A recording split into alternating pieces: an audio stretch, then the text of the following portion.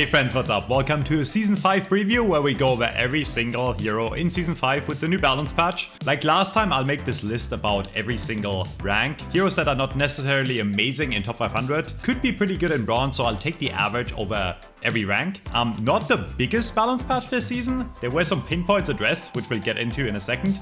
But I do think the meta will change quite drastically because there were quite a few changes that will make heroes low borderline broken. Maybe? We'll see.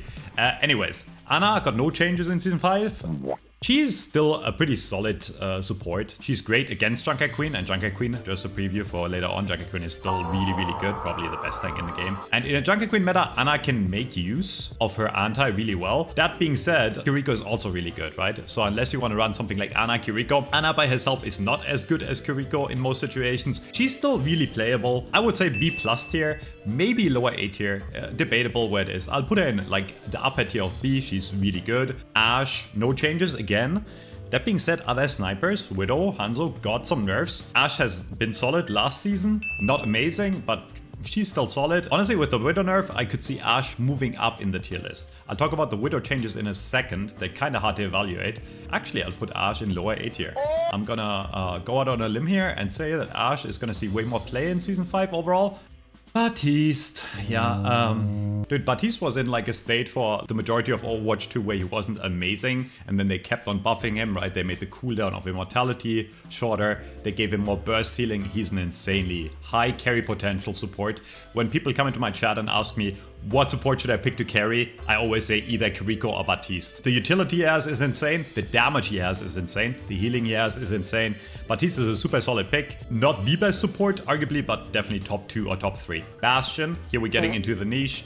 The thing with Bastion is, you know, he's still easy to hit. He's a very big target. He has the biggest hitbox out of any DPS in the game. And while his burst is really good with the right click, and while he's definitely better than Overwatch 1 Bastion, he's just niche, right? Like, you can pick him in like a comp to like counter like a Reinhardt maybe, like, right, like break the Reinhardt shield. But he, especially on higher play, he just doesn't see a lot of play because other characters are just stronger. Brigitte, there were people that said the rally changes were nerfed. I'm sorry, Brickmains. If you still disagree, you're wrong. The new rally with the big shield that can't break and the stun is insane. Other than that, really didn't get a lot of changes in her neutral game other than her ult. She's still a really solid support pick. That being said, she's not hard meta, but she is great. She's super playable. Yeah, I'll put her in playable, but she's a great support that you have to pick another support that works with her, right? Like if you pick a Brigitte with a Zenyatta or a Lucio, in a lot of comps, you're not gonna have enough sustain. She's also really good with Junker Queen. I think you can pull something off with like Lucio break Junker Queen and you just have insane sustain. And I know I just said you have no sustain with break, but like the AoE heal in a comp where the tank doesn't require a lot of healing, like Junker Queen, Brig is really good. Just keeping in mind how good she is with Junker Queen, I'll put her in A tier here. Cassidy, first big change of the patch. Magnetic Grenade now slows the target, and there is a new debuff, and they're calling it a hindered status effect. Okay, so this is a new status effect. The hindered status effect means as long as the magnetic grenade stays attached to you, you cannot use movement abilities. That includes Tracer Blink, Soldier Sprint, Reaper Shift. So there's a lot of abilities in the game that just don't work while you are stickied with the nade. That being said, the nade damage got nerfed from 120 to 80 overall. It now does 10 impact damage and 70 damage after the explosion. But the target also gets slowed for 30% while the nade is attached. Maximum travel distance is no longer 10 meters. It now magnetizes people for up to 6 meters. So the range got nerfed, but the stickiness is the same. Like you'll see it in a clip here that I'm gonna play. Like you can still easily hit it without actually aiming. I would say this is a buff, especially on high level. Because if you stick someone like a Tracer and you have good aim, it kind of feels like the old stun. Not really, because the Tracer can still move, right? But if your aim is good, you can sticky the Tracer, they can't recall or blink away. And if you kill them during that sticky process, or if the stick itself kills it, great counter to something like Tracer. And that being said, if you stick anything close range and you play with your team, it's just amazing pick-off potentials, right? Like if the other team has a Reaper, you sticky them and they can't fade out. Very interesting change to Cassidy, definitely a buff in my opinion.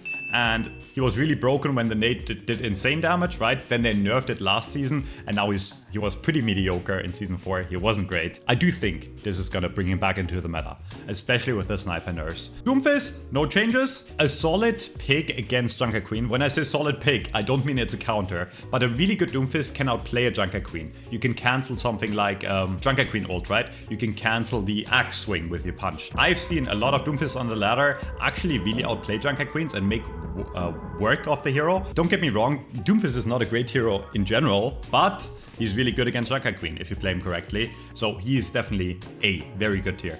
D.Va is always like a sleeper pick, right? D.Va is either OP and like D.Va is always like in the shadows lurking, I feel like in Overwatch 2. There was this one patch where D.Va was really, really strong, but she's cute, so she gets S. Huh? I do think she's playable, but she's just playable. She's not gonna be hard meta. D.Va is really good to shut down hit scans, and I know I just placed 2 hit scans pretty high on the list. She's just not as good as Junker Queen, and she gets done by Junker Queen. So Echo, no changes again. She's good. She's a good hero. Not amazing. Works really well with the Mercy. Echo Mercy is still one of the best, you know, flying combos. I mean, there's only 2 flying combos, I guess. Echo is super playable. Can work with the current meta. Like, you can play something like Junker Queen, Echo Mercy, and then like a secondary support like a Kiriko and just rush. Not hard meta, I wouldn't say it. Genji mains, I said this last patch and I'll say it again. Your character is not weak. Pay with your blood! Genji players have this like victim complex. Every time they blade in and they don't get 5, they're like, oh my god, Blade is so useless. I always need Nano. Like, yes, Blade is worse than Nano Blade. The reason is Nano Blade is 2 ults. Genji is super playable. If you look at the leaderboard in Season 4, Genji is always being played. Genji is being played in Overwatch League. He's like top 5 most picked DPS. I'm not saying he's amazing, but spoilers. The heroes that are being picked over Genji right now got nerfs, a lot of them. Genji is super solid A tier. To make Genji work, you need skill. He's a very high skill sitting character. If you're really good with him, he's an amazing character. He can work really well with Junker Queen. He can work in any comp basically, even without an Ana. We can argue about him being maybe B tier, okay? But he's not C or D. He's an amazing character in this video game. The longer Overwatch 2 goes on, the more my hate for Hanzo grows. I hate the character.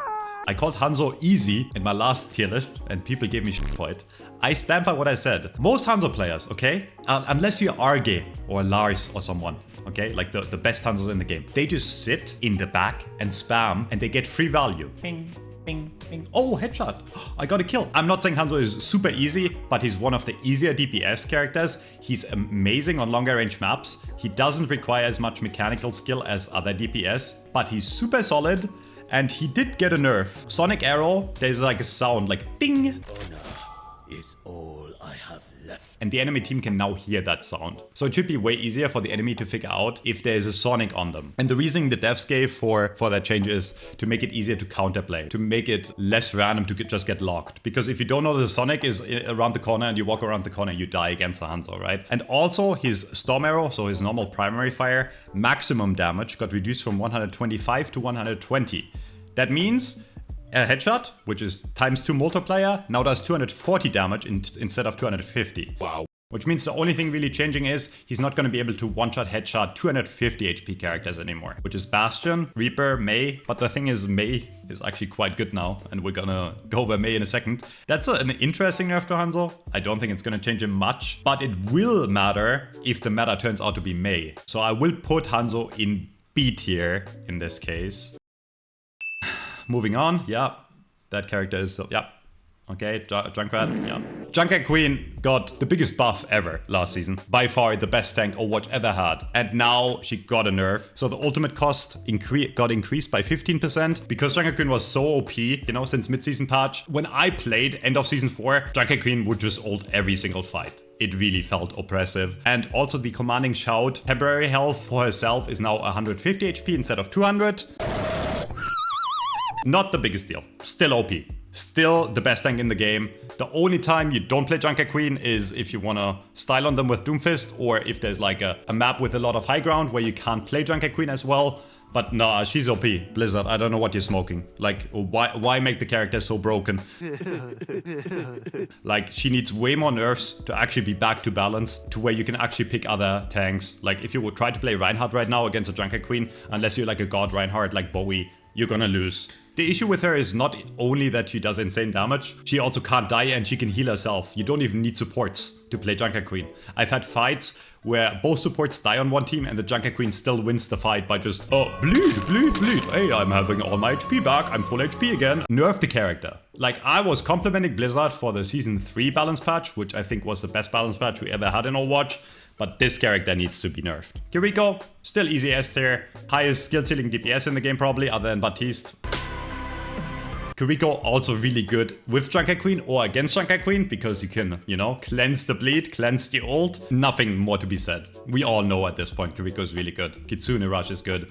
And again, no changes. I mean, insane character. Lucio is always good, especially in rush metas. I wouldn't put him in absolute S tier, even though he's super playable. On ladder, he's not being played as much because people like playing other things, but he's really good with Queen, right? You can use the speed to hunt people down. Like, if I see a Junker Queen and a Lucio running at me, I know I'm dead. There's nothing I can do. I just cry and AFK. No changes to him this season. Again, nothing changed. Here is the most interesting, I want to say. So Mei got changed quite drastically. Now, if you left click, it scales up from 30 to 50%, but the most important part is, after a few seconds of you left clicking someone, there's like a little freezing field below them, which applies a debuff. And once that freezing field appears, which lasts for like 1.5 seconds, it slows the enemy by 75%. It literally feels like they're frozen. Yeah, they can still shoot back, so it's not like Overwatch 1 Mei, where you can't do anything, where you're frozen. But as soon as that debuff is on you, you basically can't move anymore.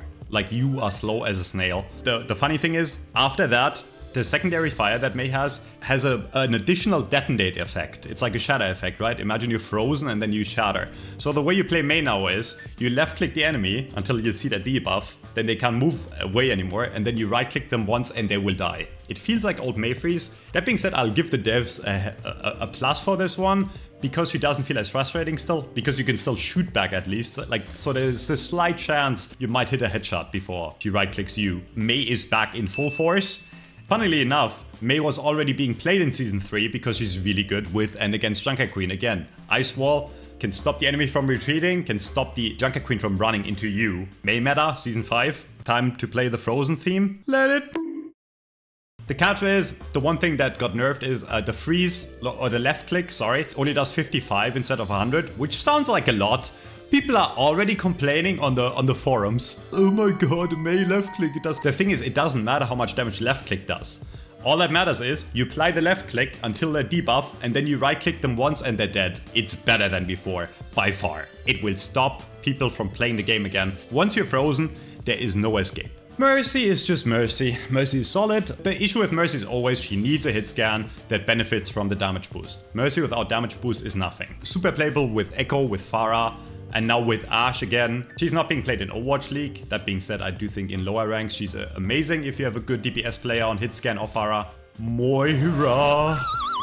Yeah, Moira got a nerf. You cannot no longer use the fade effect when you are locked in a mobility locking effect, is what they're calling it. So you can no longer fade out of a graph. And when I say fade out, I mean you can't use it, okay? I know you couldn't fade out of a graph before, but before Moira could fade in the graph and stay alive for like that fade duration, right? But now it doesn't work anymore. Same goes for Junkrat Trap and same goes for Magnetic Grenade. So if you get stuck by a Magnetic Grenade as Moira, you're probably dead. So all the DPS Moiras against Cassidy next season, have fun. You're gonna die. She's so easy to play, right? She's easy to get value out of. I'm sorry, Moira mains. You know, she's not mechanically demanding. She's not very hard to play. All you do on Moira is AD spam and suck them off until they're dead, right? If you play DPS Moira. So she's a niche character, probably still really useful on lower ranks. On high ranks, I don't see her being played much anymore, especially with Cassidy being played more, probably. I just realized I forgot about talking about Junkrat at all. He's still really bad, you know, like the nerf to his mine really limited his one-shot potential. Is he niche? The thing is, he's only really good on choke maps. Sorry, throw pick. Orisa, not great. Not great against Junker Queen, not great against anything. She had her place in the meta a few seasons ago, but yeah, not amazing. Pharah, super solid character, not A tier. She has like a lot of situations where she's super playable. If the enemy doesn't have a hit scan and you play Farm Mercy, you can pop off, but no changes. Ramatra. Ramatra is actually the perfect tank. I love playing against Ramatra and I love playing with Ramatra. The reason is Ramatra punishes bad players and gives value to good players. If you respect Ramatra's range when you play against him, you can outplay him. If you are too close to him, you get punished immediately. Same goes for ult. If you are in a good position against his ultimate, in a lot of cases the ult is not great. It's not amazing.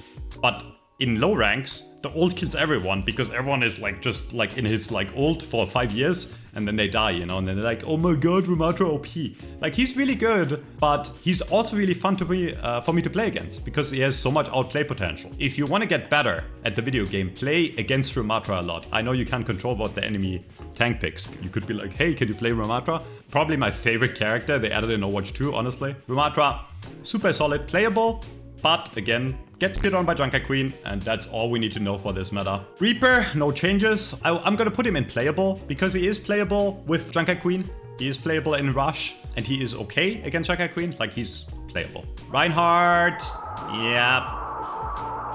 I mean, he's probably also playable, I guess. Low B tier, I'd say. Same reason as the others, gets shot down by Junker Queen.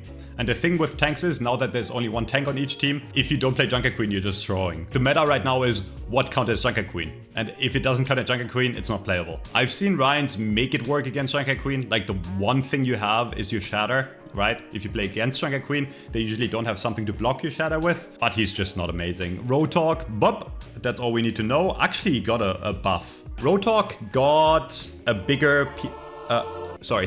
Roadhog now amplifies healing received by 50% for 2.5 seconds after finishing taking a breather. Which means if you vape and then your Kiriko heals you or your Ana heals you, you're gonna be full. The 2.5 seconds after vape, Roadhog can actually not die. He's actually quite tanky now, which is quite funny. He's still not good enough. Junker Queen has a built-in hook basically with the knife and so much more than Roadhog. I just don't see him being played. He gets sliced up like a pig.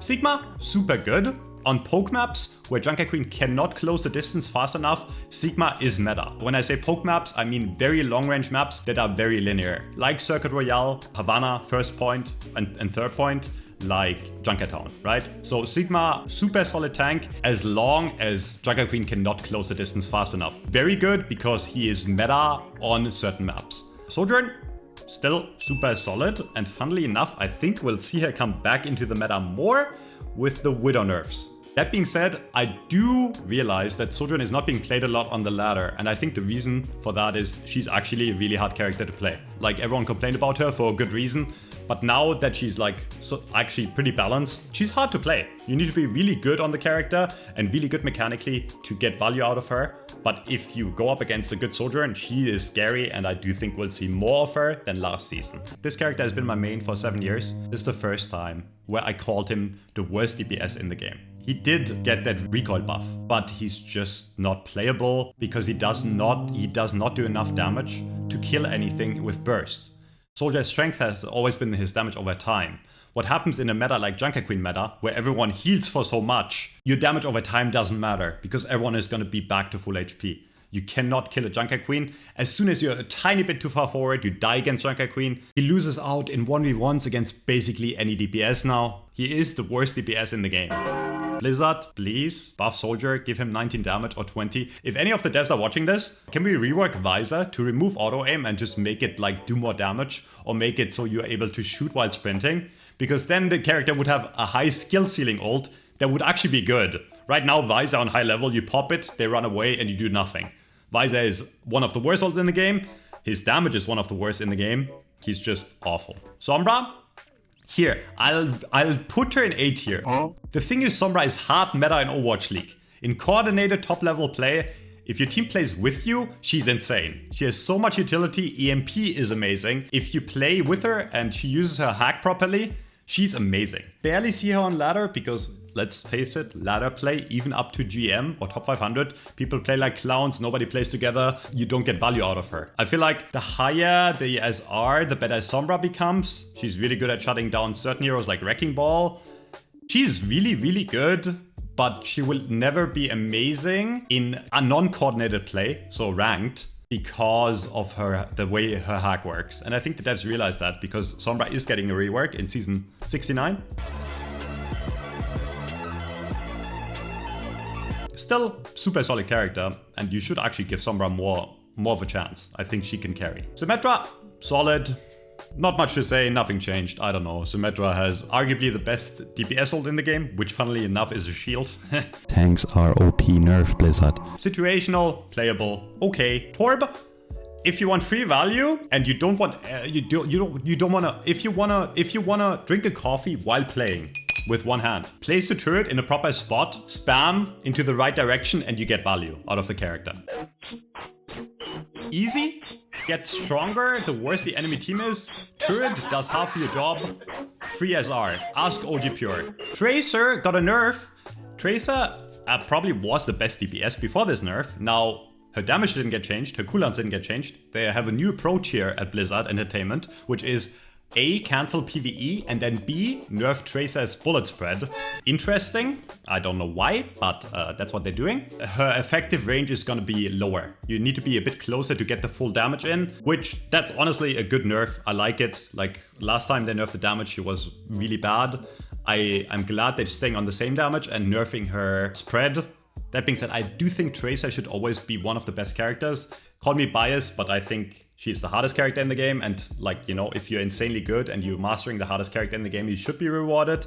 The hardest should always be the best, in my opinion, on highest level. Like, it's not like she's unplayable, but it definitely will hurt her quite a bit. Combined with the Cassidy buff that can shut down Tracer again now, she's gonna struggle a bit more, and I'll put her in middle of A tier. Widowmaker. Lots of numbers. All you have to know basically is there is a thing called damage fall off if you didn't know, because on Widow you never noticed it because it was like 5 million meters, okay? And now it's actually at a range of 40 to 60 meters. Huh? And a maximum of 50% where you will actually notice it. In practice, that means around 52 meters, I think it is gonna be the range where Widow will stop one-shotting 200 HP characters on the head. And now I can hear the Widow mains. Oh my god, Metro, they're nerfing the snipe of the sniper character. Widow is unplayable. She is still insanely good. He's just gonna be a bit weaker. And let's be honest, Widow ruined a lot of the fun in the game. Long-range maps, Widow was oppressive where you couldn't play anything but Widow. On Circuit Royale, in GM, the better Widow won. Or if one team didn't have a Widow, the Widow team would win. And now it's gonna be a bit more possible to play other DPS characters on longer range maps. Because now you have a chance to actually live. I checked it out, like there's a custom game mode by PMA Tierlist where you can see the range, the new range. It's really far where it starts happening. So this is not gonna come into effect a lot of the time. And in most fights where Widow would headshot you, she will still one-shot headshot you. It's a slight nerf at best. I do think she needs a bigger nerf. I don't know how. I don't want Widow to only do melee range damage, okay? She is a sniper character. She needs to be good on long-range maps. I don't know how to handle a character, but she's still very good. Widow is still very good. Monkeys get cut down by butchers. Winston, not very good against Junker Queen. All you need to know. Playable at best. Yeah, playable. He's pretty good. The funny thing is, if Junker Queen didn't exist, dive with Monkey would probably be the meta. But because Junker Queen exists, Monkey is just not very playable. Ball rolls around, doesn't do a lot of anything, gets shit on by good Junker Queen comps. I hate the character. Niche. Zarya, actually surprisingly good. And even better now, because Zarya is one of the other tanks, other than Doomfist, that can actually counter or at least hold her own against Junker Queen comps with the bubble. You can, if you play a really good Zarya, you can outplay the Junker Queen. She didn't get any buffs, but yeah. Zenyatta, OP. Yeah, I don't know. He's a DPS character in the support role, S tier. Actually, nerf Kiriko, Baptiste, and Zenyatta. And Junker Queen. Like, actually, just nerf the S tier. Thank you.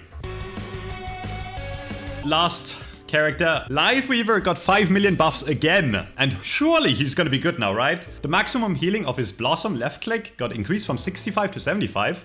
His hitbox, like his little flower, got reduced in hitbox size by 10%. Damage of Thorn Volley, primary fire, got increased from 5 to 6. That is a big buff, by the way. 5 to 6 doesn't sound like a lot, but that's a 20% buff, right? Quick math, yeah. Also his projectile radius got increased, which means every single of the thorn volleys are more likely to hit you. And the ammo got increased from 60 to 70, so you can shoot more of them until he has to reload. The pedal platform walking area got increased, so it's easier to stay on the platform when you're in the sky. The area to trigger a lift now shrinks from a radius of 2 to 0.75 meters after initial placement. That should make it easier for the Lifeweaver to actually use the pedal properly. That will make it less likely for your teammates to accidentally step on the flower when Lifeweaver has it set up behind him to where he wants to use it to escape. It also makes it so you can still possibly flower an enemy like really fast if they come in. The life grip cooldown got reduced from 20 to 16 seconds and heals allies for 50 while they get pulled. So another buff. And the ultimate cost got increased actually. I don't know why, but I think the dev said because of all the healing buffs and the damage buffs he received, you should still have Tree around the same frequency. The thing with Tree is it's just a bad ult. It's probably one of the worst ults in the game, right? It doesn't do much. He's just standing there.